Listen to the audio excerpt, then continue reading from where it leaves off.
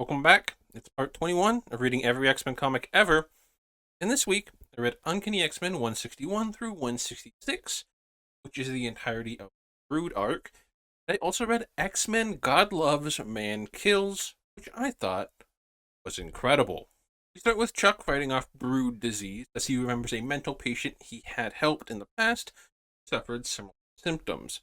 At the same time, he also met a man named Magnus. We then cut to Logan, who is on the run after escaping the Brood. He is slowly remembering that they were ambushed at Londra's party for Chuck's recovery. He figures out that the Brood plan on transforming all the X-Men into Brood, but his natural regeneration fights off his transformation. He breaks back into Brood City and regroups with the rest of the team as they break out of captivity, steal back Lalandra's yacht, escape into space.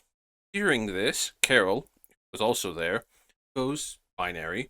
Wolverine spills the beans, Storm takes off, and the X-Men try and cope with what's happening to them.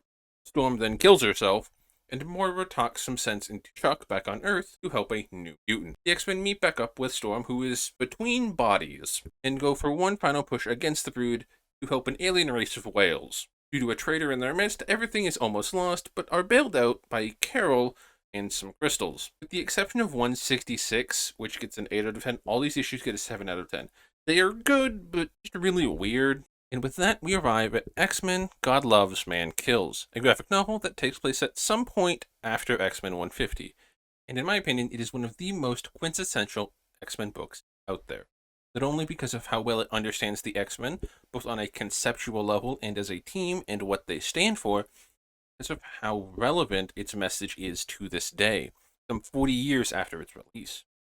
It follows the X-Men as they go head-to-head with a Christian evangelical televangelist named William Stryker, who goes after the X-Men and mutant kind as a whole because they are not mentioned in the Bible and therefore are not human, meaning they are evil and should be eradicated.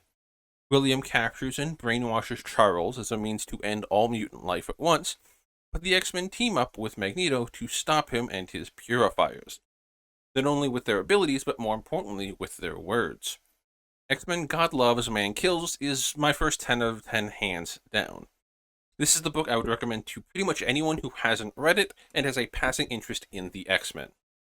It's incredible.